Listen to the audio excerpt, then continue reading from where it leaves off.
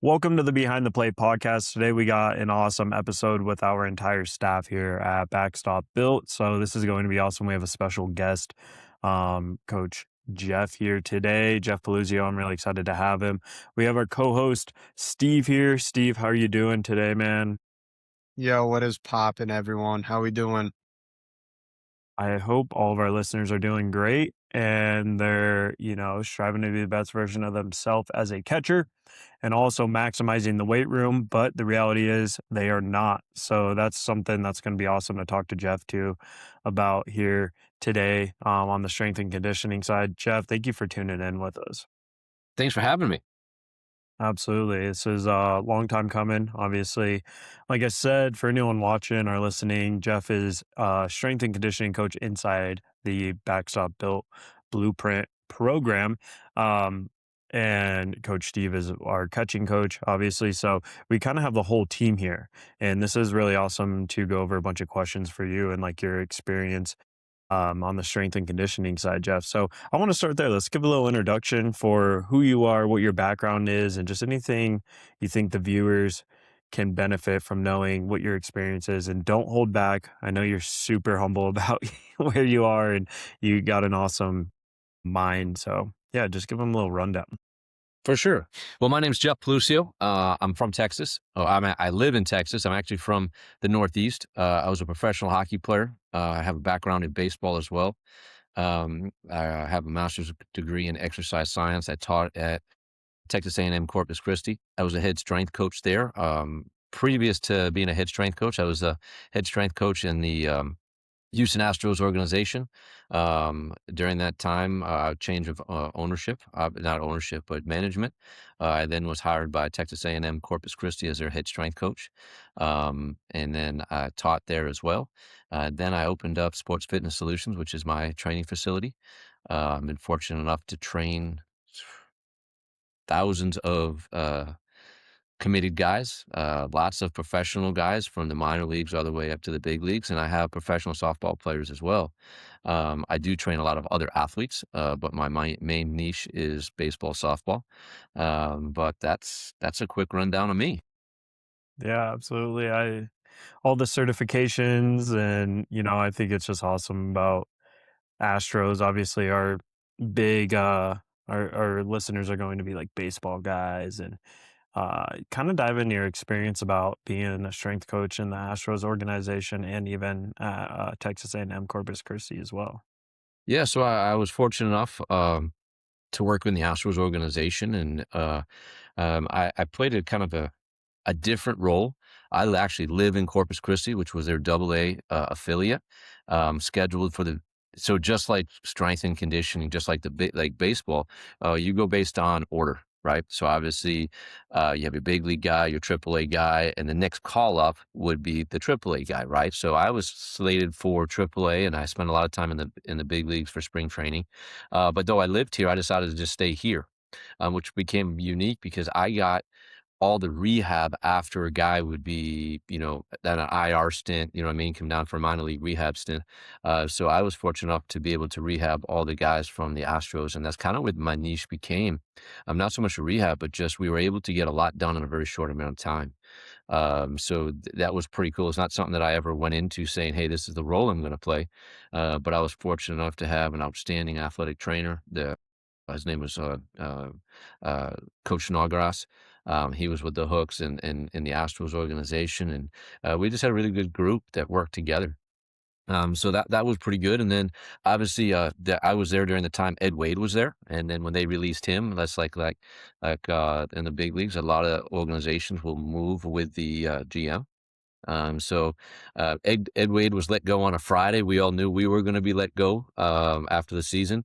And then Monday, I got a call from Texas A&M wanting to interview. So I actually interviewed that day over the phone, met them on Tuesday, and they hired me Tuesday night. So it was a pretty quick process. I know that they were eager to get me on. And then training there, it's a mid-major, obviously, mid-major school in the Southland Conference, primarily for like baseball. So it was prior to Portal, so it was not as much as a stepping stone as it is now. But you had the guy that was pretty good back then. You know, what I mean, it was a good athlete. There was something missing, and then that was a really good opportunity because generally it was either they weren't big enough, strong enough. So that was when you'd carry a lot of guys on your roster.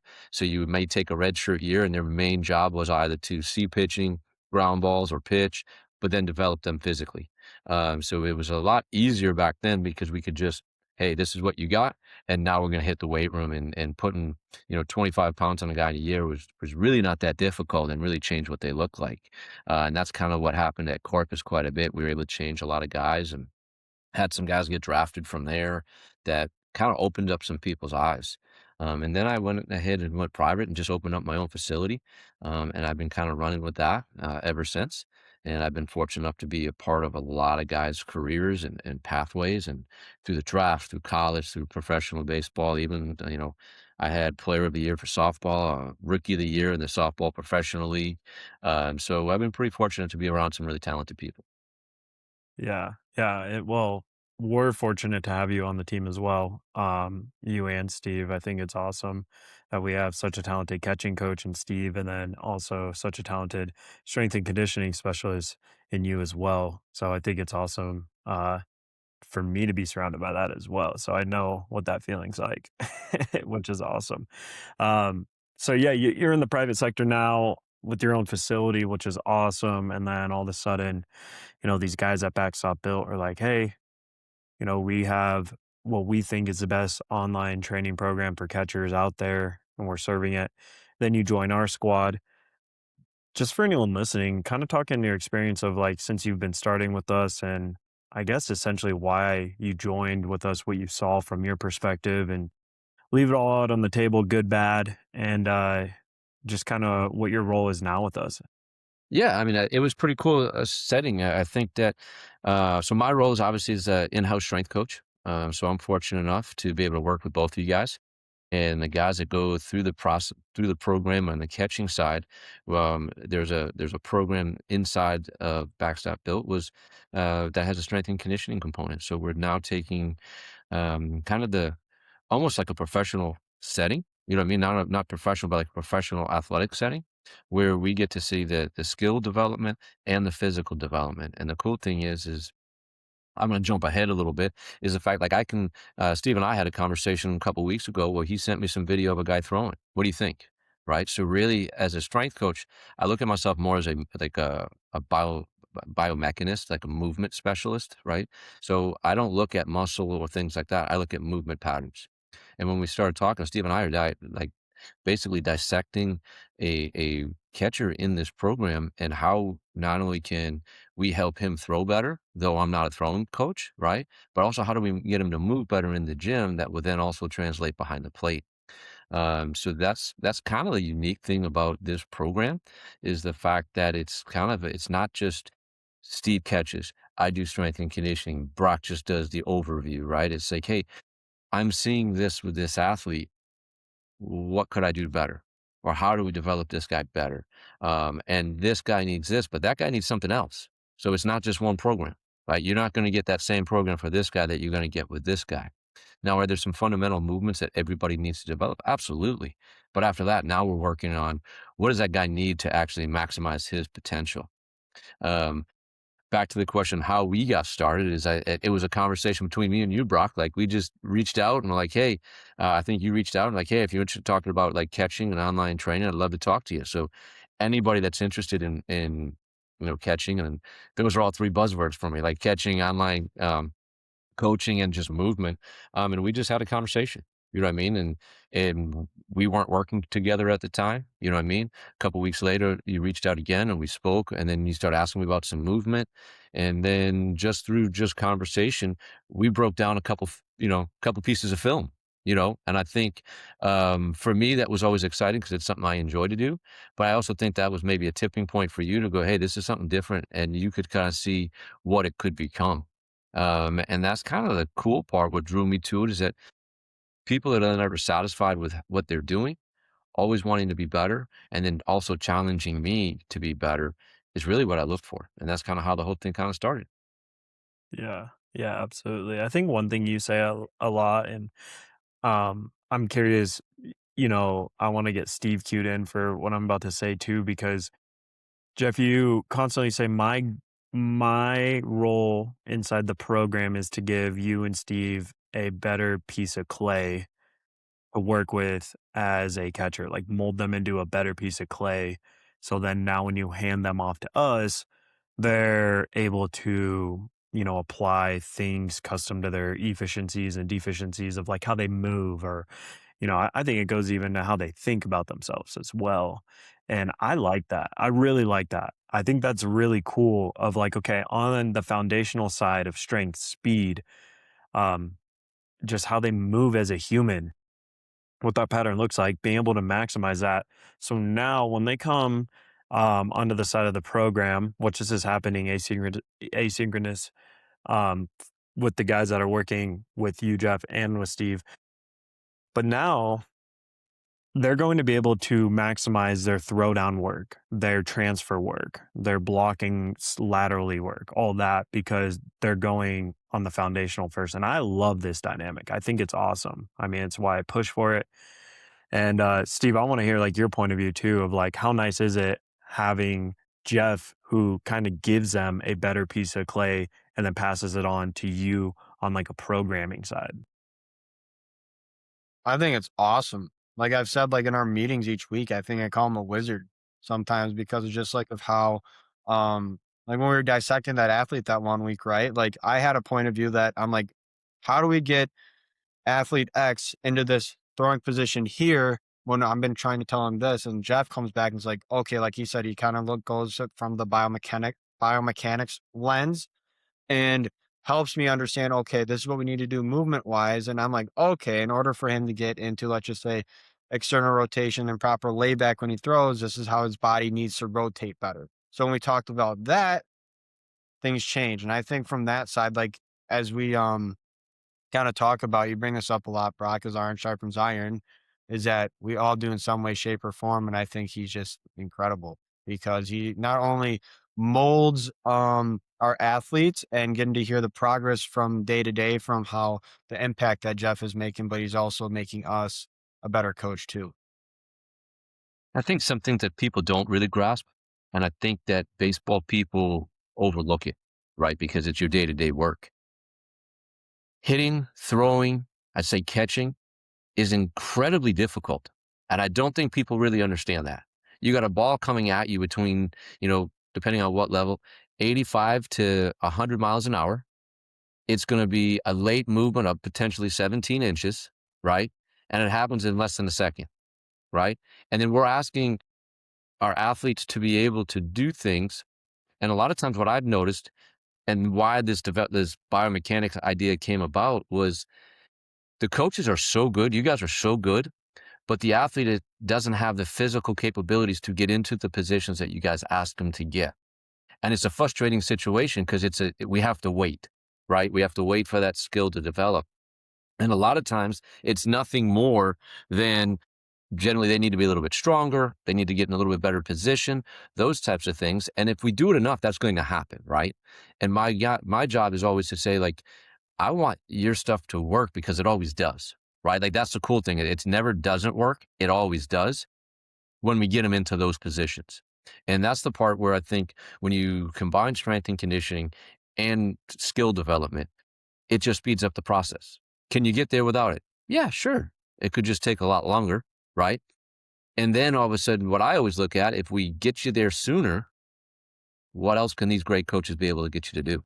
You know what I mean? So it's that snowball effect that I think really starts to happen because I don't think people really realize how hard it is to do the things that you guys teach, right? Like people watch baseball all the time and they look at the strike zone and watch guys, at the big league level catch these pitches and I don't think anybody's ever sat back there and go, how difficult is that? You know what I mean? And it happens like that. And yeah, a guy misses. Well, that miss is very difficult because you still got to catch it. You know what I mean? And that's the part where I think that more people need to have a bigger appreciation for things that look so basic because those catchers are making it look that basic. You know what I mean? Does that make sense? 100%, 100%. And they're so good at the highest levels. You know what I mean? They're so good. And I think for anyone listening to this, whether you're already at that high level, whether you're pursuing pro ball, or if you're a high school player who wants to achieve playing any sort of college baseball, the strength and conditioning side is, if you want to be a high level catcher, in my opinion, is so incredibly important, but is so overlooked in the fact of a lot of people aren't doing it with intention. I'm sure most players would say like, "Oh no, I'm working out. I'm doing something." But how's it making you a better catcher? And I know we have this conversation and I'll always die on the hill of, okay, if you want to be a high level catcher, you are going to get viewed based off of who you are as a catcher above all else. Block, throw, receive, leading the team, what you do on the actual baseball diamond. The weight room is a huge building block and foundation for that. But it doesn't necessarily just make your pop time immediately, a 185. Like if I were to deadlift 500 pounds, improve my vertical, we're tracking it on force plates, we're doing all this, and I'm not doing any catching work to pair that.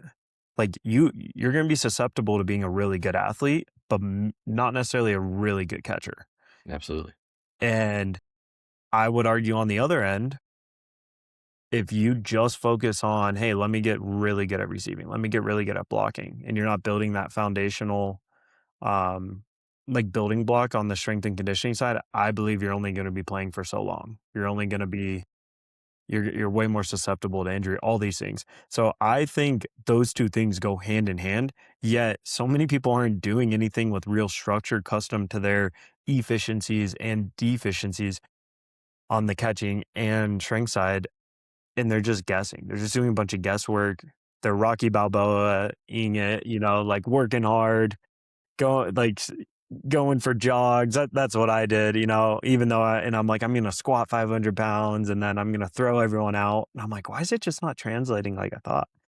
So I guess, Jeff, for anyone like listening who's like a grinder already probably doing a strength program, already doing some catching stuff, what would you have to say to them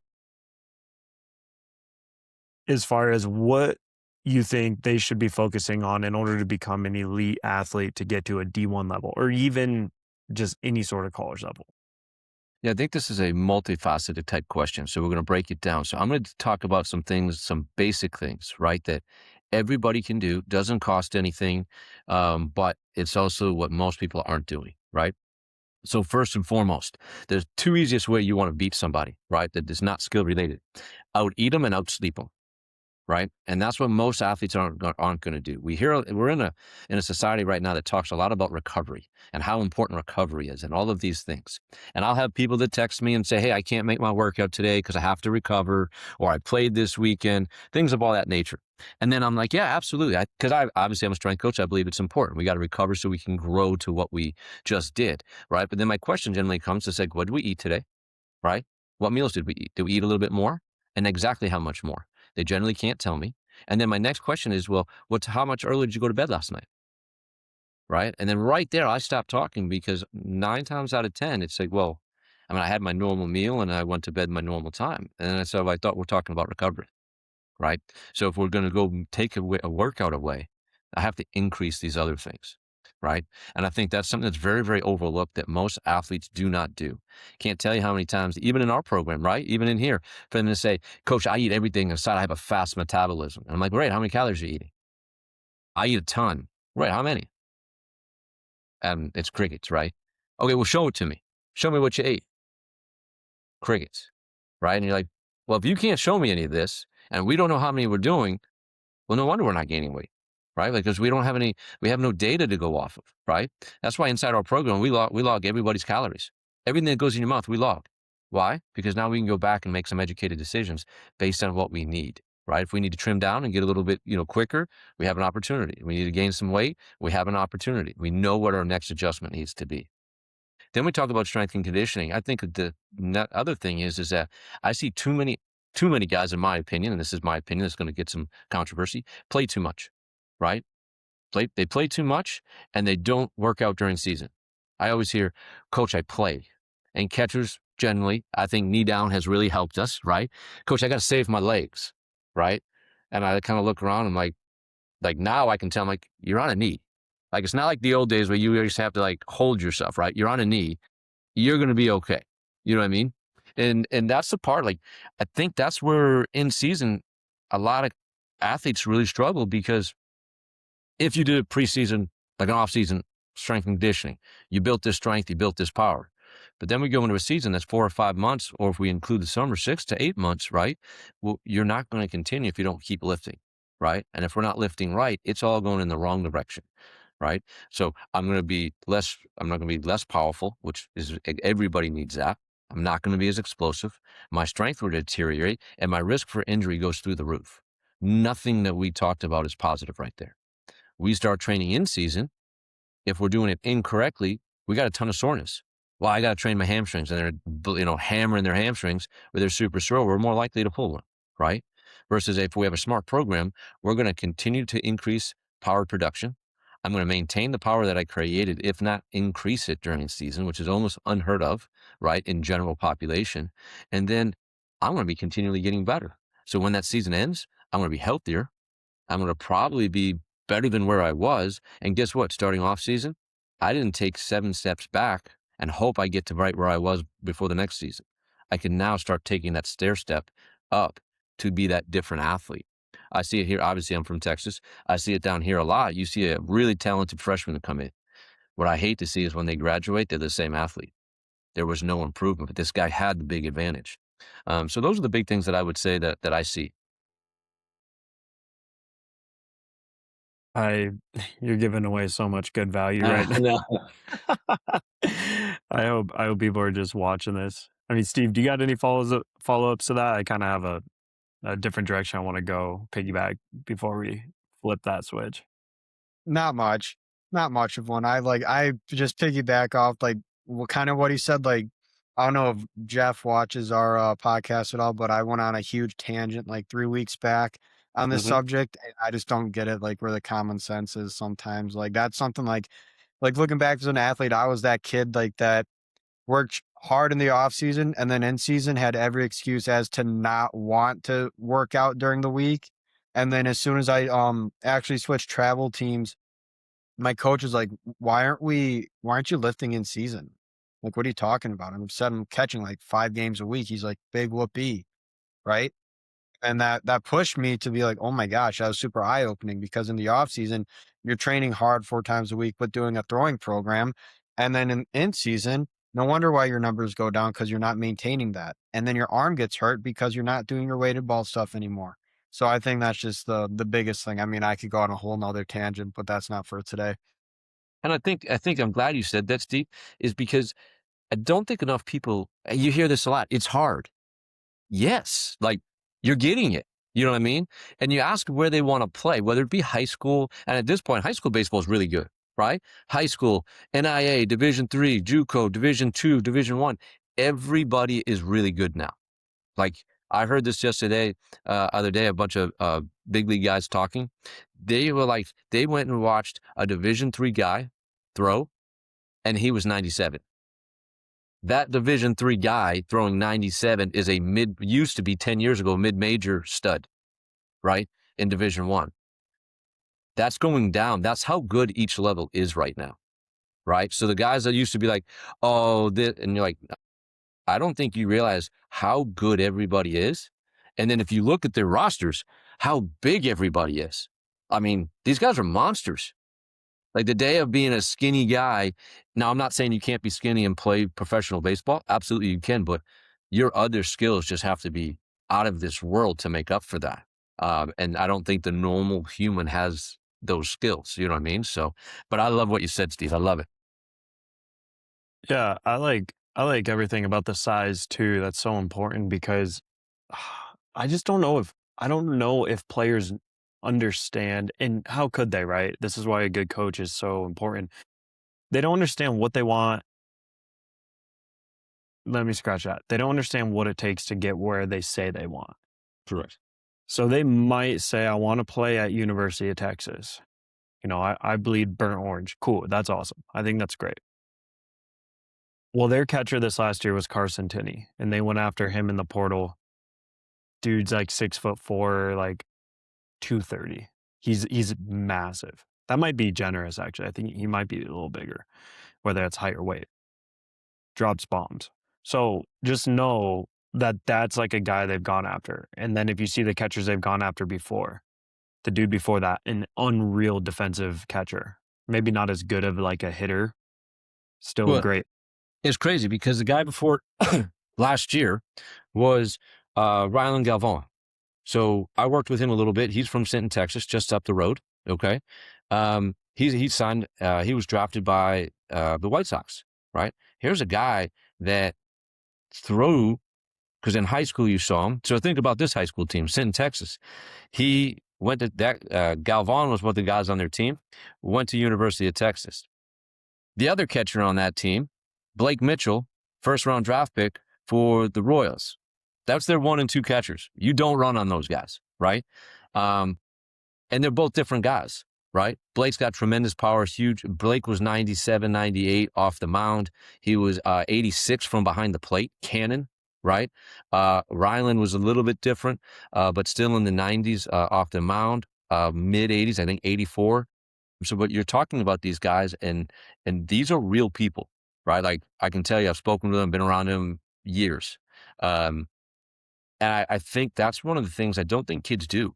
I don't think kids watch or go physically to college baseball games or watch college baseball games to go like, find me a skinny catcher. The closest one I'm going to say is a kid from Georgia Tech. You know what I mean? That's about the smallest catcher you see right now. Von Lackey. Yeah. And he's his lower body's built pretty good They- still, even at that. Yeah. Absolutely. It almost doesn't fit his body. Like you look at some of these guys that maybe looked at slender, you take them out of like a baggy baseball uniform, that lower half doesn't match. It's like you kind of look really, really thick down there. And you're like, yeah, Yeah, see, this is what's so interesting. Like, I went over the draft data for 2026. Everyone who got drafted, that was a catcher. I'm breaking it all down out of all 44 catchers that got drafted. How many were out of high school? 8, by the way. How many were out of D1? 34, by the way. 1 out of JUCO, 1 straight out of international signee. And it was cool because you can see all their heights and weights. And there's only like 1 guy, I think Steve knew him, that guy from Milwaukee, who was like 5'9", 194. That was the bare minimum. That was the minimum. But the average, I did an average of everyone's height and weight. The average height is 6'1". The average weight is 208. People don't realize that being an average weight on a pool of 44, that's pretty high. That's pretty high. You know what I mean? Um, so it's like, what do you want to accomplish? What do you want to do? You know, where are we trying to go? You can't control height, but there's a guy named Alejandro Kirk who plays in the big leagues. There's guys named Trevino that play in the big leagues, and they didn't let height be a factor in if they were going to become the best catcher they could possibly be. So I think a lot of players, again, for like where they want to go, of what they say they want to do, it's like, yes, we need to be an amazing catcher, but any catcher at that high Division I level and MLB level, they're going to have a lot of consistency in who they are, height, weight, and then also the weight room, I feel. Whether that's a specific movement, whether, Jeff, maybe you see like, hey, every high level catcher has this amount of external rotation. It's like super efficient. Or maybe they have this amount of a single leg, whatever. Maybe there is inconsistencies. Maybe they're all different and they just put on weight somehow.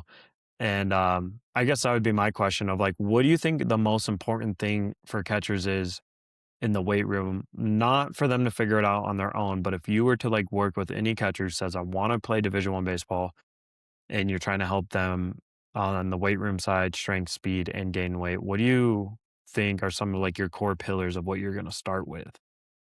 So first, it's going to be really good movement patterns, just general, right? So it's not sexy or anything like that. We will deadlift, right? So we trap our deadlift a lot. I really think that a lot of catchers are becoming very quad dominant people, right? So they want to kind of lean forward, those types of things. Yeah, we want to start to develop the glutes, right? Get those hips back and really start to get comfortable with the hips. Right. So when we say that, do we go through any specific stretch of stuff like that? No, we really don't. Right now, some guys need it, so we'll add it. But we're gonna trap our deadlift and make sure we're driving through the heels. We're gonna go ahead reverse lunge heavy, right? And we're gonna make sure the pattern is very efficient. We're gonna rear foot elevated split squat. It's like a single leg or Bulgarian, okay? We're gonna put you in those patterns, and we're gonna focus more about where is your movement happening from, right? Am I driving through my hips? Am I making my hip movement first, or what is your compensation? And that's the biggest thing, like being under a coach's eye, is that two movements can be done. One's done correctly, one's done completely incorrectly, and they almost look identical, right? And then so now it becomes the trained eye to go, well, a guy that's like reaches back with his, if we were doing a reverse lunge and reaches back with his back foot, they're like, well, doesn't that look the same? I'm like, well, no, because that front hip didn't do anything. He reached with that back foot, forcing that hip to move. But my hip didn't drive that. You know what I mean? And now you think, well, if you're in a single knee, if you're on a knee down stance, right? And you have to move. Well, now that hip becomes really important. Am I creating the movement from my hip to where I can drive from it? Or do I have to use that kickstand and now pull me? Right. And both, there'll be different times for both, right? But the time that you pull, but you needed to drive, you're probably not getting to that ball, right? I'm not going to be able to get square to that any longer. That could be the one that doesn't get you in the middle, hits off your side, like trickles over, and now that base runner advances a free 90. You know what I mean? And I just think something simple like that. You're like, well, what's the difference? Well, the difference is when that happens. You know what I mean? Is that game 7 and we have a guy on third or the guy's on second, now a base hit, he's able to score, we can play all of those. Maybe it's a game in April that nobody cares about and we lose it, right? So what? We lose out in the season, but that is something that I think is controllable for us because if we moved correctly, we have that ability to make that block because you're there, you're close. We just move the inefficient pattern. So you're saying compensation, um, not to put words in your mouth, but might be one of the biggest poisons to like a player who's training himself and he's like, hey, my deadlift is going up. I'm doing 500 pounds now. Yet when you watch that, you're like, hey, we're not deadlifting with what I need you to deadlift with. Right. I'd And rather then do you 315 properly firing XYZ rather than 500 pounds of the muscle through bro lift. Is that essentially what we're getting Yeah. at? I think we're in an era now that we have great technology. So we look at that 500-pound deadlift, right? It gets to the point for some guys, especially high school guys that are kind of coming up. At what point does that 500 pounds start to become more risk than reward, right? So in our guys, we start to like you look at some of the research out there, deadlift of creating force through the ground, 400 pounds, being able to long toss 300 yards, being able to pull the 10 pull-ups with your body weight, right? These are all information that will help us throw 90, but also decrease our risk of injury, right? So we look at some of those standards. Um, then I start to move into like we use speed, velocity based training. Can we get us to move a weight at a certain speed? If yes, well, that's completely different from a 500-pound deadlift that might take me almost 2 seconds to lift. Tell me when I got 2 seconds on the baseball field to do anything, right? Never. Now I start translating that into I move um, this weight, you know, zero point 0.8 meters per second, and I'm working on speed strength. And next thing you know, like we're starting to see our athlete change, physically. And then all of a sudden we see him different on the diamond. These are the types of things where I think, yes, can people do it on their own? Absolutely. There's been a million meatheads that have done it and been very successful, right? But the game is getting so technical at this point and everybody's so good. These are some of the separating factors. Absolutely. Absolutely. Gosh, I love that. I love that. Steve, what do you got on it?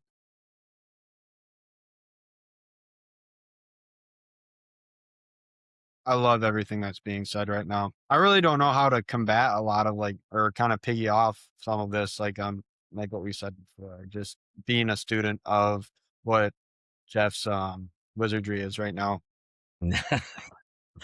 No, I think the thing that people don't realize is um, egos generally get in the way. That's what we generally see in my experiences. When strength and conditioning coaches, athletic trainers, and position coaches they don't get along is because of egos.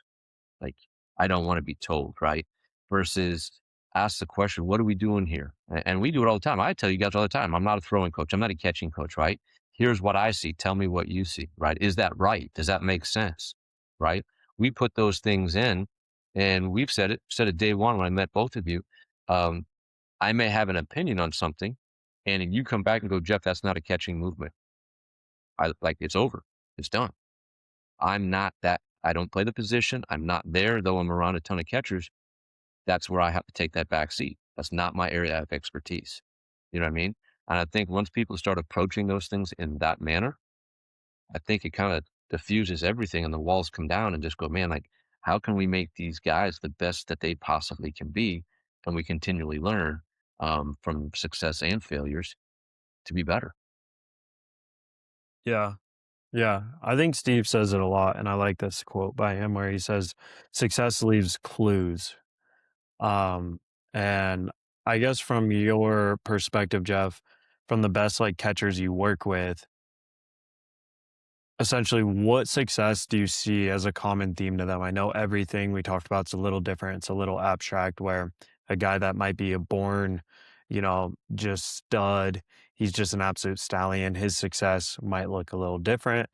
Not to name drop a few guys, but Jeff here's worked with Trevino in the offseason before. And I don't know how often you worked with him. So you know what it's like to like be with the MLB veteran guy, like seeing his progress. And then you talk about Blake Mitchell, who's a stud as well, and some other D1 guys. Like, what would you say is the clues they leave behind, um, just for everything you've observed? I think that there's a couple things that I'll talk about this. They're incredibly intuitive, right? Like their only focus is getting better. And it might be something mundane, right? So Trevino works a lot on his feet, right? Like he spends a good 20 minutes just working his feet, right? There's 20 minutes of a workout. That's all he's focusing on, right? And there's a guy that's very intentional about everything he does. He is always forward thinking. Um, Blake is, but the both of them work extremely hard, right? Differently, but extremely hard with an absolute purpose, right? So today's workout, this is my purpose, and it's very singular, and they attack it. I think depending on how many times people have been around even big league guys and minor league guys, you listen to a big league guy talk and a minor league guy talk, it's almost two completely different conversations. They see that big league guy sees the game in a completely different manner, right? And I think that's the stuff. The more you start being around high level baseball people, you start picking up. And the crazy thing, everybody thinks it's some like really high level thing. It's generally the basics, right? And that's what they bring back into the weight room of this is what I want to improve on. How am I going to go about it? Right. And then if you offer information like, hey, and we have a conversation, they're all ears, like, tell me more. Right? And that's generally how all these relationships start to happen. Somebody has some information that they feel is important, and then they're like, give me more. I want more. What else do you got? Right? Because they understand the importance of how short a career is, how competitive it is, and every little thing could make a monster difference. Um, that is one of the things that you will really see with higher level guys is they've been there. They know how competitive it is and how hard it is. And things that you see that big league or high level athletes worry about is something like catch play. You would listen to a bunch of big leaguers go watch youth baseball. You know what drives them crazy is how poorly we play catch before they talk about anything. You go watch a high school game with a big league guy. He's like, this catch play is terrible. And I'm like they're warming up, bro. Like, what's the, what? And he's like, I can't watch anymore. I can't do it. Like, it's disgusting. And he's like, there's nobody correcting them. There's no accountability. Not once did he say how a kid threw or anything like that. It's just catch play. So you take that, you think about how they're thinking about that in catch. Imagine what happens when he carried over to the weight room. They're not worried about the sexy stuff. It's, hey, did I move my hips back? Am I in a really strong position? We have other kids going like, hey man, I just lifted 495. They may be lifting, three something, but they're worried about how they're lifting the three something. So that's the biggest thing I think the takeaway that I think the listener might be able to take is that it's not the big sexy stuff. It's the basic stuff that generally gets overlooked that the highest level people are hyper focused on. Yeah, I think that's awesome and super cool details because when I was able to catch like a bunch of big league guys in the off season when I was training for pro ball, where I lived in Arizona, it's funny you say that. All the big league dudes had like these very ultra specific regimens custom to themselves that might not look like the craziest hard work, but I argue it is the hardest work because it's super intentional and super like focused. And they knew exactly like what they needed to do, custom to whatever they're trying to improve on, whether that's I need X amount of more spin on my slider, whatever more on my velo. Like I was just like amazed by these guys.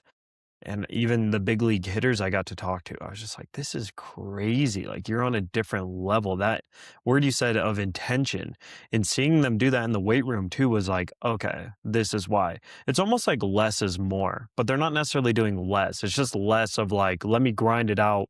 And hopefully, again, we go back to the Rocky Balboa like training scenes where it's just like, let me grind it out. Let me do all this crazy stuff. And then, hopefully it all pays off. And then I just have this awesome D1 story and my name's in the lights and all that. It's just like, man, that's not the standard anymore. Like everyone's so good.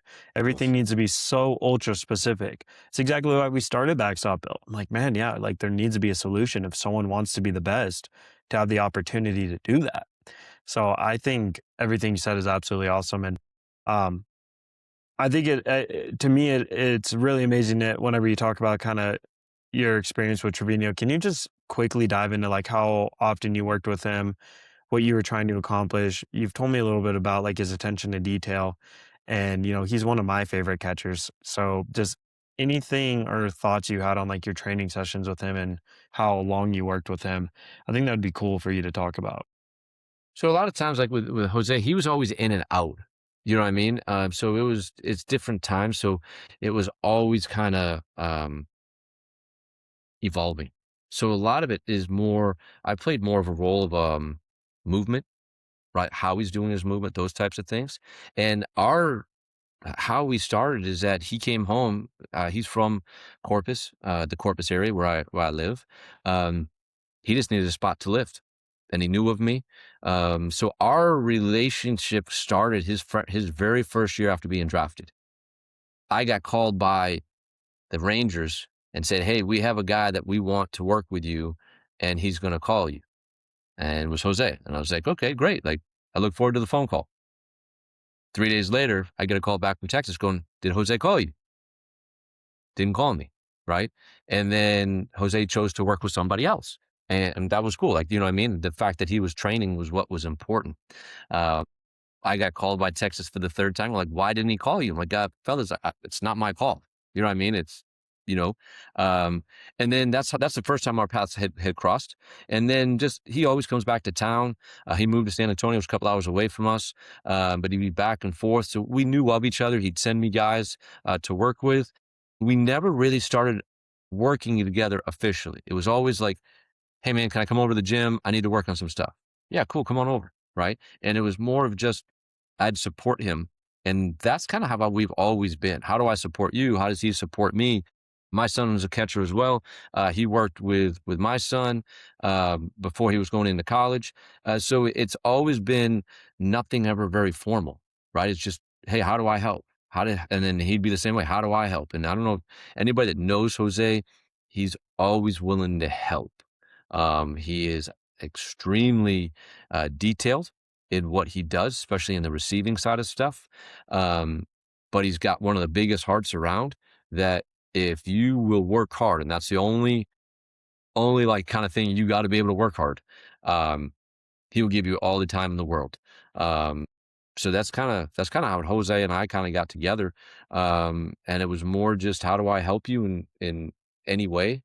I hate talking about it. You know, I'm not a name dropper. Jose, I always say Jose's Jose from Corpus, not the guy you see in the big leagues. You know what I mean? Now Cincinnati. Um, so he's just a normal guy, just like some high school guy that I train, and yes, he's a big league catcher and he carries all of that, respect and that type of stuff. But at the end of the day, he'll sit there and talk about pitch selection, why he does it. I mean, you name it to the micro stuff. I mean, I can tell you this, when he's just receiving off the machine, he goes to normal stance and calls a pitch off his leg and then sets up every pitch. And this is off a machine in December.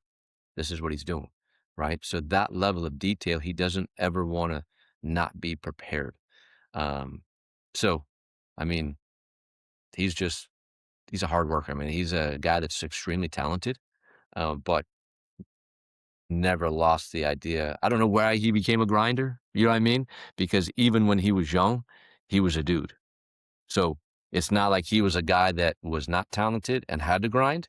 He was always ultra talented and grinded. So I think it's a big a testament probably to his parents and his family, hardworking people, and that just carried over, though he was extremely talented. And that's exactly what I was like looking for in that because, you know, you see these people on TV, and I'm a fan of him. I'm not gonna lie, I was a Yankees fan, and when he was with them, I'm like, "Oh my gosh, it'd be So so terrible. awesome." I know. Hey, Rockies are my number one. I'm loyal to my team. It's a tough business to be at, so I always had to find like a juggernaut to root for. So, Yeah. um, Jose was always awesome. And then I know when you and I talked, we were kind of going over a list of people you've helped. He's like, "Oh yeah, I've done some stuff with Trevino," and at that point, I realized, like, big leaguers are humans because I trained around a few of them, and, when I lived in Phoenix, you go to live at bats in the off season, and I was just an indie ball guy, and, all of a sudden, you got, like, dudes that are just, like, real big league hitters, like Zach McKinstry is like, "Hey, how's it going, man?" Taking his at bat while I'm catching. I'm like, "Dude, you're like a super utility for the Dodgers and the Tigers." I'm like, what? And then you realize these guys are just human. And, Jose came to the facility I trained at too, and I missed him by an hour. He came super early, probably when it was empty, and, now, like, you see, like, these dudes are just human. They're just really good at baseball, and that's what I think is cool you're doing is, like, you're humanizing them. Now let's flip it back to, hey, they're just human and they got really good at baseball by doing a lot of stuff really good. So like it's possible, but this guy's a guy who's already talented, who already has an insane attention to detail, and his intention with everything is insane, and he has a better work ethic than you. So it's almost like good luck. Like if you actually want to get to that level, good luck because he's already more talented and hardworking and intentional than anyone else is. So that's what I really wanted to, like, kinda highlight in that, you know? Is he a big name? Yeah. Yeah, he's a big name. It's cool. It's cool you even, like, were in the same room as him to me because, he's a big catching name, it's cool. But it's just like, man, this guy is human and he figured out how to be elite, and that's awesome. And I think that's great, and I think one of the last questions I had for you is, your son is a Division I player, two-sport athlete, baseball, football, D1 catcher, correct? Mhm. And now, did you say he's still doing both sports? No, they had to unfortunately, they forced him to decide, this spring, Okay. just due to the fact, where the school that he goes to goes on 3 20-day road trips where they don't come back, but that's also during spring football, and football was the one that was dictating, so it became very difficult, so that it's like, "Hey, listen, we want you here, they want you there, what's it gonna be?" So he ended up actually choosing football this spring. So he Wow. misses it. He misses it already, but he's in the weeds right now with football, getting ready for the season and all that. So um, that's That's it. awesome. That's Yeah. awesome. So you seeing him be like a two-sport athlete, right? Mhm. Go through, and that's insane. He's a D1 catcher and a D1 football player. What would you say you've just seen from your son on the strength and conditioning side he's had to accomplish and make gains because he's technically in season throughout the entire year, minus like a little bit of winter, right? And then summer. And now, like, we have so many families that are like, "Hey, my son can't do anything because he's gonna play spring baseball, summer baseball, fall baseball, through club, and, we don't have the time to do it." And now you literally have a son who is an elite athlete at 2 sports at the college level, playing the hardest position. Is he a quarterback as well? Yeah. He's playing the 2 hardest positions at the Division I level, and it's like, there's just no excuses. So I just wanna get your thoughts on that because it's like, wow, that's the standard there. I was really fortunate. My son's up like he grew up around professional sports, right? And athletes and things like that. So I I think and he's super smart. Like his goal is to go to medical school, right? So he's really smart. So I think he picked up on a lot of the stuff on his own.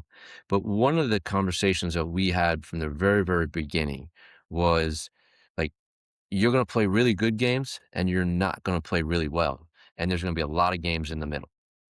And statistically speaking, that's going to happen to everybody. So if we work out and you have a great game, it's not because of the workout. If we work out and you don't play well, it's not because of the workout, right? Statistically that's going to happen, right? The other thing is my son was an underweight guy. He's an undersized guy really for both, right? He's barely scratched. Like right now, he's 6 feet, 195, right? In high school, he was probably 6 feet, maybe 180. So not a bad size high school kid, but definitely not a Division I football player or catcher. You know what I mean? Size wise. So he didn't really have a choice. You know what I mean? He knew, and obviously what we do, and my relationship with my son is that we're very honest. Like we don't sugarcoat it. He knows that my me being proud of him has nothing to do with sport. Like it's zero. I could care less what you do. You know what I mean? Be a good human, be a good person, work hard, those types of things. So we were able to have those discussions, um, and he realized I don't have a choice. Right? He doesn't work out, he loses weight. He loses weight, we're going in the wrong direction. You know what I mean?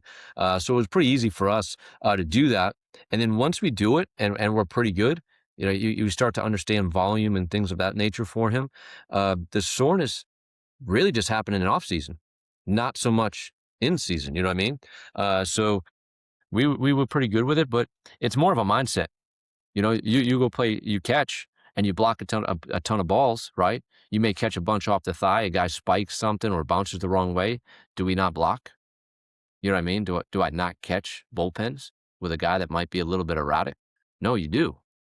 That's how I kind of look at the weight room. Like, do I take live ABs if a guy hits me? Do I not take them anymore? No, I do.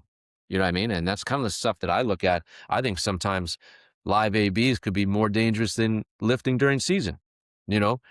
So that's how we just kind of approached it. Same thing with football. Um, it's got a little different mentality. They lift a little bit more during season. But we lifted 3, 4 days a week from his freshman year all the way through his senior year, no matter the time of year. Absolutely. Wow. I think that's amazing to hear. I think that's amazing because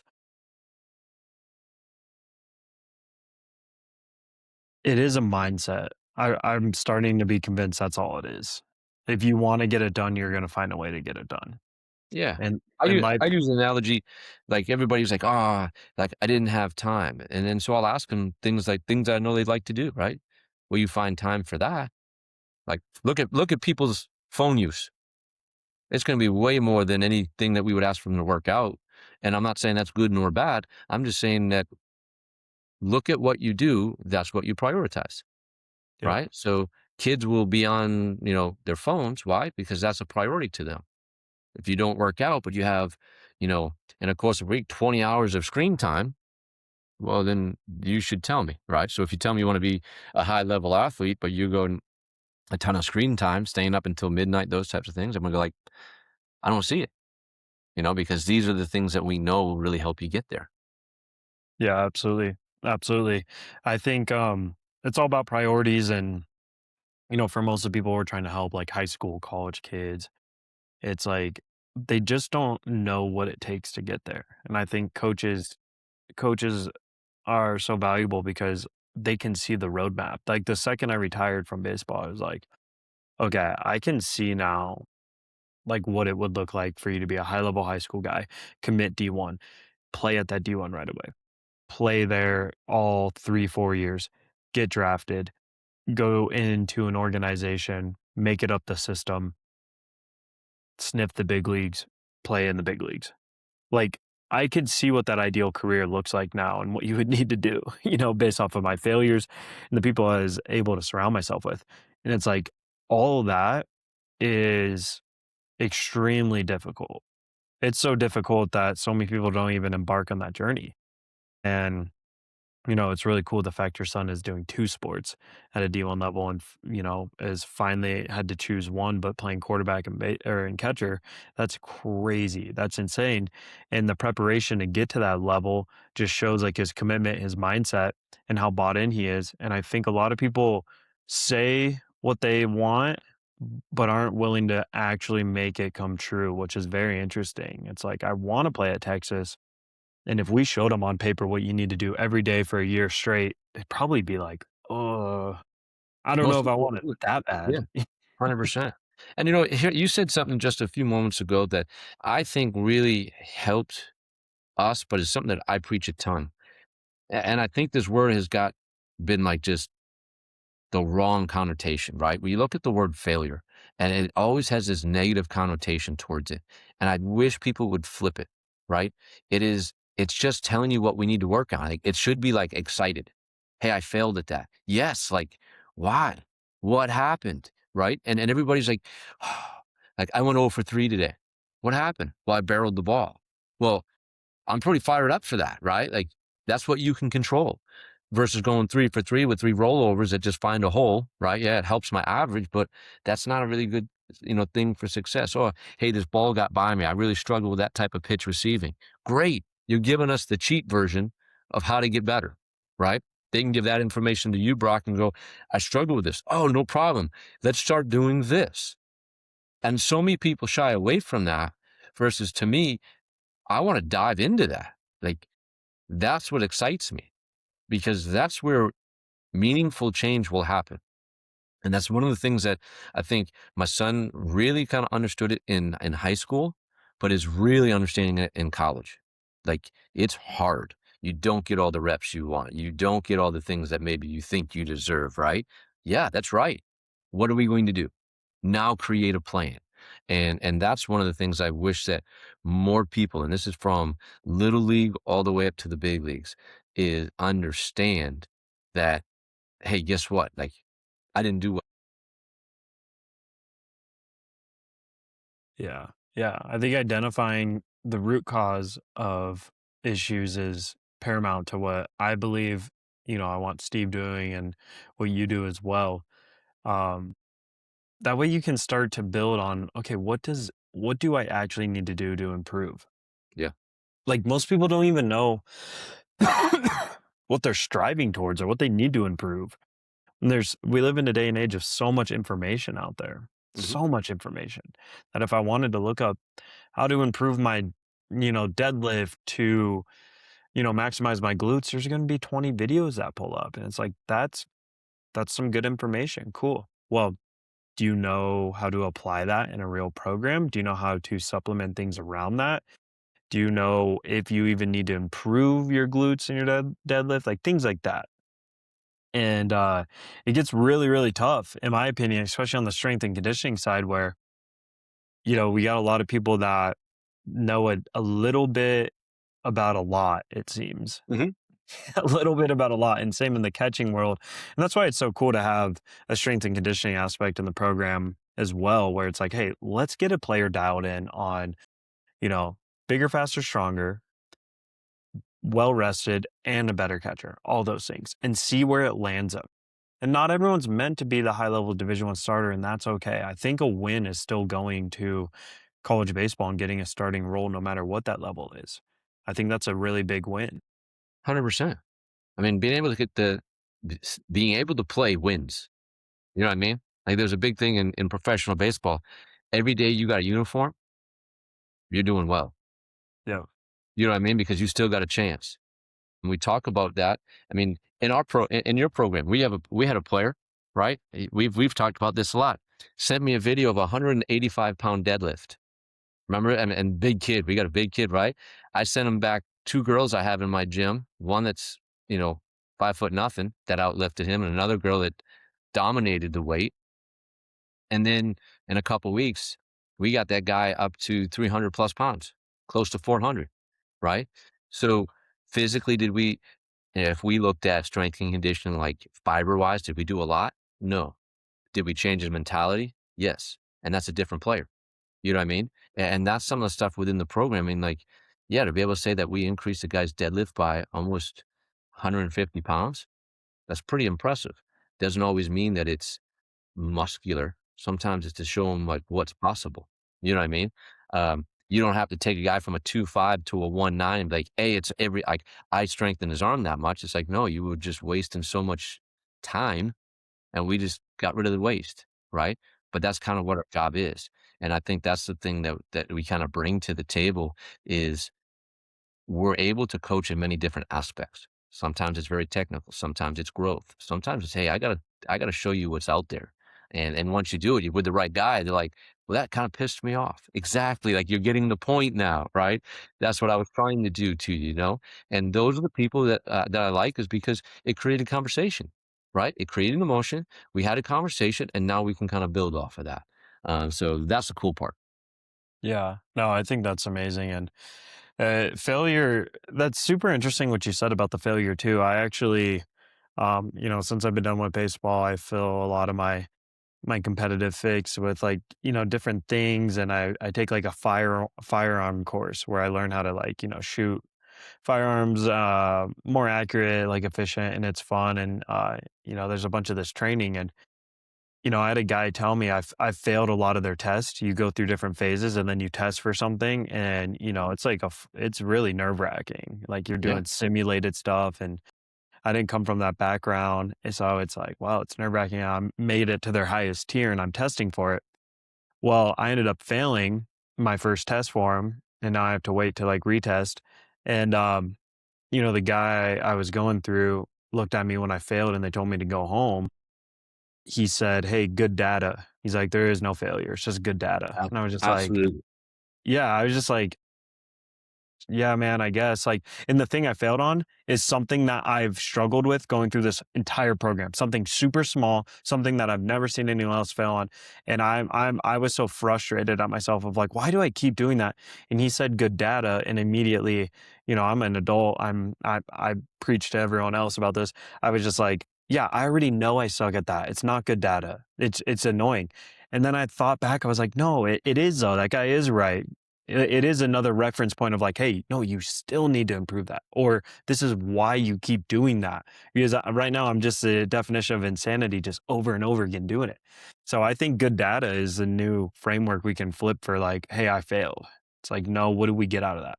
Absolutely. And another thing that I wish more athletes would do, and I struggled with this, and this is something that I think that, you know, I think Scotty Scheffler and I love golf, right? So I think Scotty Scheffler is phenomenal at this, is that he separates his golf outcome with him.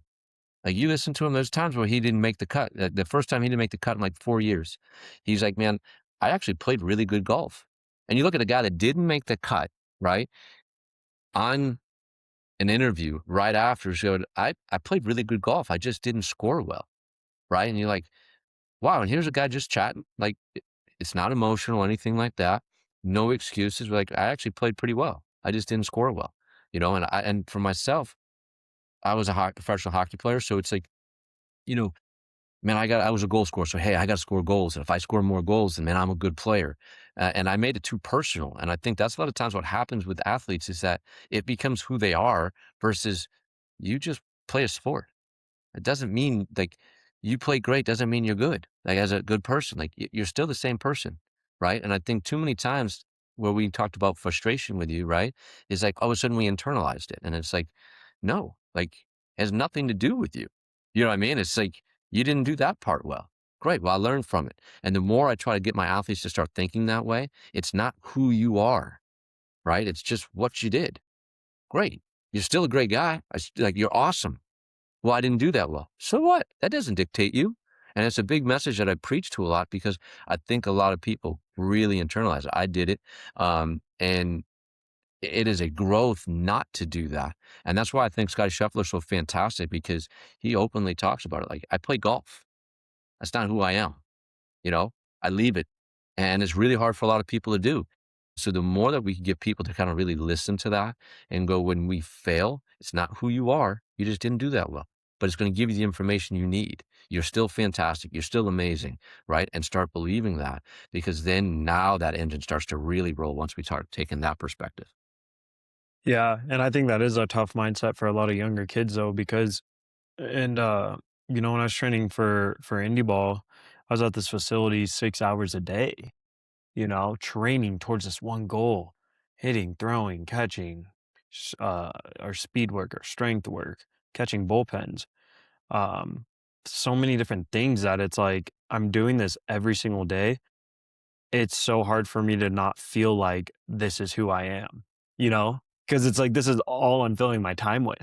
And that's why that mindset though is how you win of like what Scotty says and what I found for myself of like, hey, this is what I do, it's not who I am. Obviously I take the approach and hope people know when they watch my page, like I was able to fill that cup with Christ personally. I was able to, fit way deeper purpose.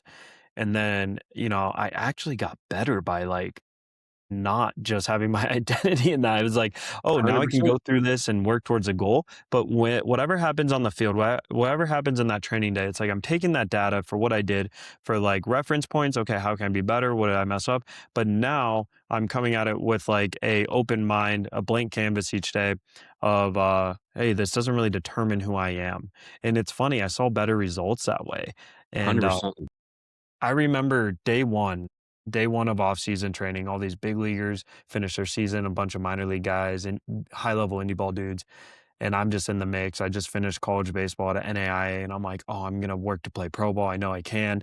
I'm bottom of the barrel, and day one, we did our tracking, our baseline metrics, and one thing they were huge on was, vertical jump and, force production plates and, like, seeing, like, okay, what is your true vertical jump? And we did it from, like, um you did it from, like, your actual form, so going all the way down and up and seeing, like, a true one, but you also did, I forgot what the second one was. It was, like, you just went, like, barely down, tried to do 2 different ones, but anyways, all these big league pitchers and some guys look out of shape, some guys are not, like, the best athletes. Their vertical jumps are insane, and Yeah. these guys all throw 95 plus. I go to jump, they're all in like the 30s to 40s. I go to jump, I'm at 22. I'm like 7 under anyone else. And I'm like, oh my gosh, that's horrific. That's bad. And I was so embarrassed. I was so tied to that. During that process, though, learning like, hey, this is what I'm working towards. This isn't who I am. Well, fast forward, I go from like a 21 or 22 to later, I ended up jumping a 33 in about uh it was like 4 months, which is a pretty insane Right, like, either. if people who know me, like, I was a slow kind of whatever guy. Then I go play this pro ball season and I steal 18 bags, you know?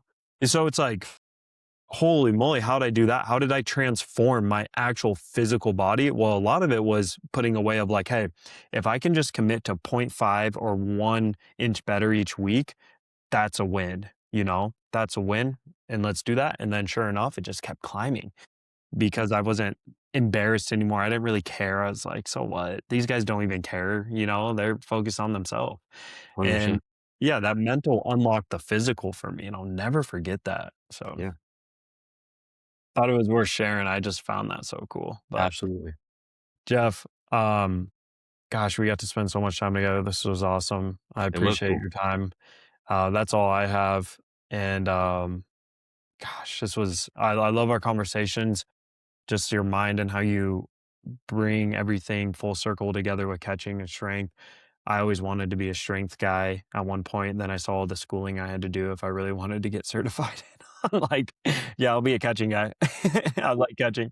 So to see someone of your caliber is great. And I do appreciate your time and you being here. And I even more appreciate you being a part of the Backstop Build team and doing what you do inside the program. So thank you again. Well, thank you for the opportunity. Absolutely. For anyone who stuck to the end, go ahead, subscribe to this YouTube channel. We're going to be releasing new podcast episodes each week with special guests, with just topics that we're talking about in the catching world of how to help guys like you if you want to be a high level catcher and what that looks like. So go ahead, subscribe so you don't miss the notification of when a new episode comes out. Like this video as well. Also, feel free to check us out on Instagram at Backstop Built. Jeff, what is your Instagram tag again if you want to see anything Jeff's got going on? Just Jay Paluseo, just my first and last name, on Sweet. Instagram. Awesome. Awesome.